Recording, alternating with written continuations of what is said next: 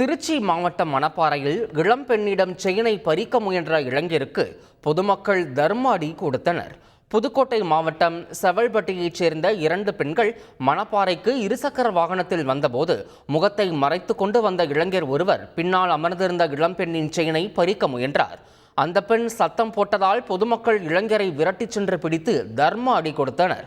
விசாரணையில் அந்த நபர் விராலிமலையைச் சேர்ந்த தீபன்ராஜ் என்பது தெரிய வந்தது. தொடர்ந்து போலீசார் அந்த நபரை கைது செய்து விசாரணை மேற்கொண்டு வருகின்றனர்.